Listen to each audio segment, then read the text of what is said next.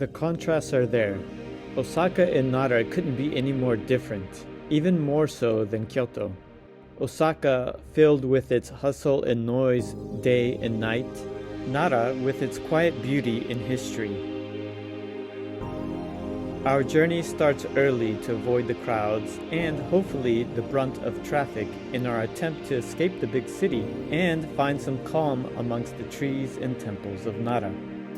The starting point, the phony but still relatively interesting Osaka Castle, all the way to Todai-ji, the most famous temple in Nara. At Osaka Castle, you'll avoid most of the larger crowds early. But don't be surprised, even at 5 a.m., the park will not be just yours alone. The area still attracts many locals, whom the lore of the park and its picturesque area, by Osaka standards, attracts many walkers, joggers, and the like to the grounds of the castle at every hour of the day. Let's take a bike tour from Osaka-jo Castle all the way to Nara City. Are you ready? Let's go.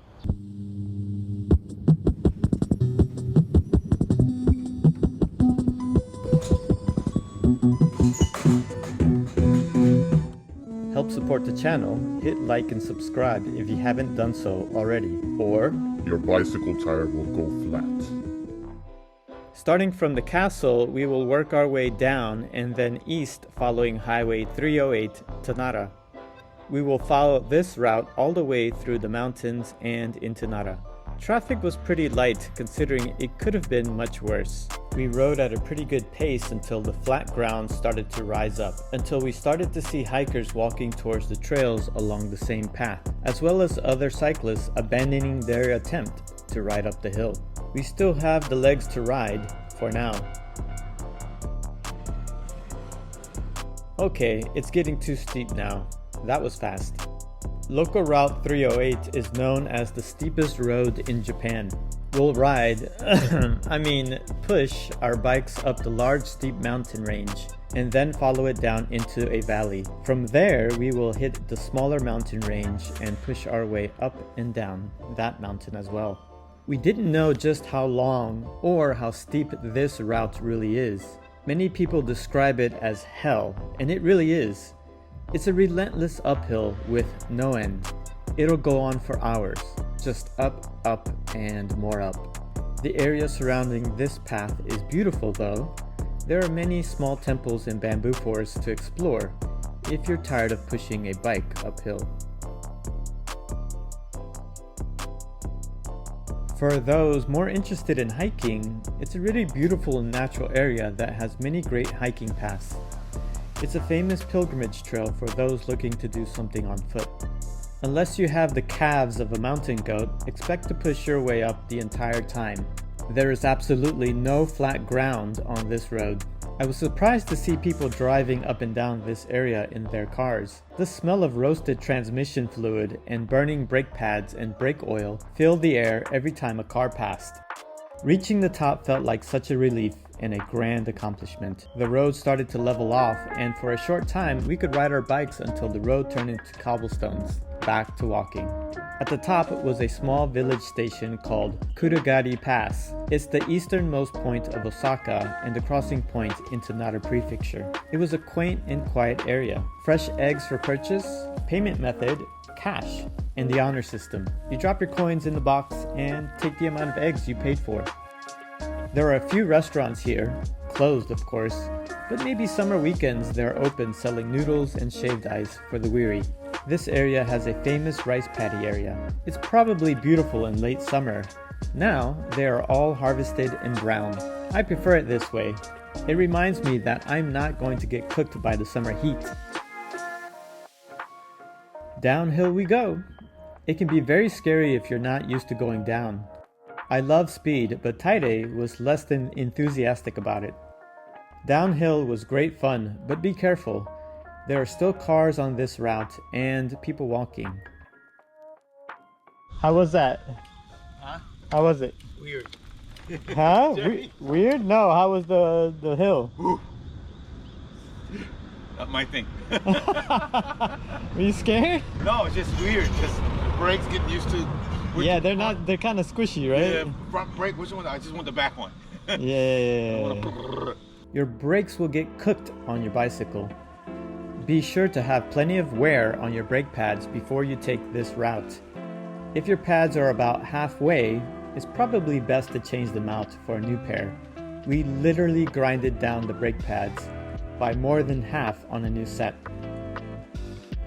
We finished going up and down the first mountain range and into the first valley.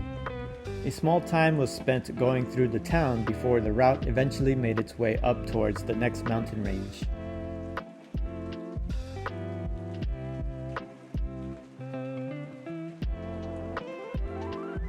But before the next dozen kilometers of punishment, why not rest your broken feet at a local foot bath?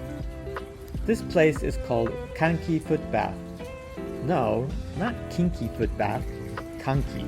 A good place to soak your feet in hot mineral water, or take a walk on a smooth river rock path for a quick foot massage. Wow, that feels really good actually. Or is it sadistic Asian foot torture? Oh my god, that hurts actually. Wait, maybe Kanki is secret code for S&M foot bath. Anyways. The second mountain range was easy in comparison to the first mountain range. It didn't take long to go up and over it.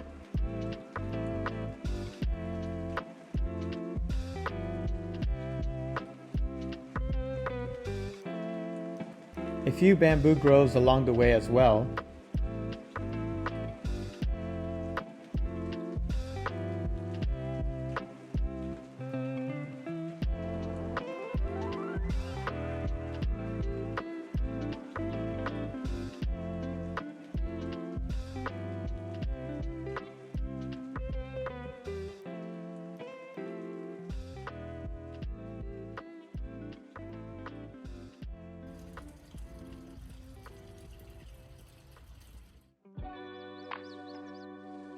We soon found ourselves back down on flat ground.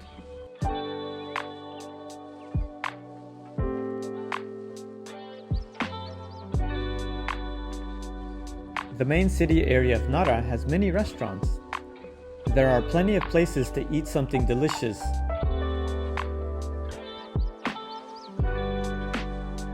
Like ramen or gyoza.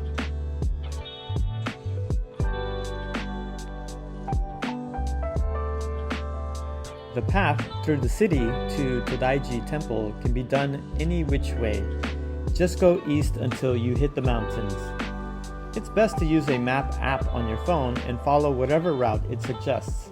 There really is no difference which route you take. We finally made it to Todai-ji, a temple built in the mid-700s. That's right, mid-700s. It's so old. It's a beautiful and enormous structure which houses the biggest bronze Buddha in Japan. It's definitely worth a visit when in Nara.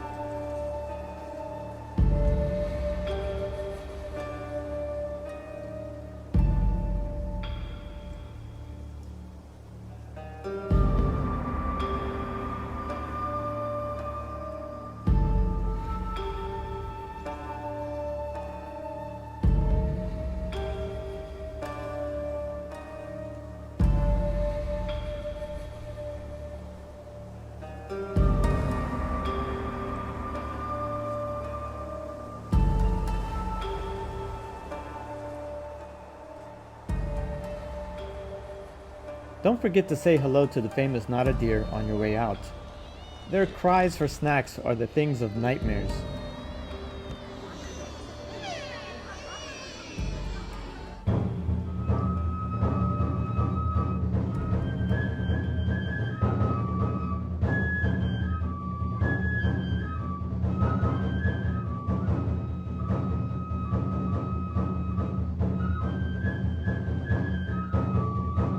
journey is over, it's time to pack up the bicycle, hop on a train, and go back.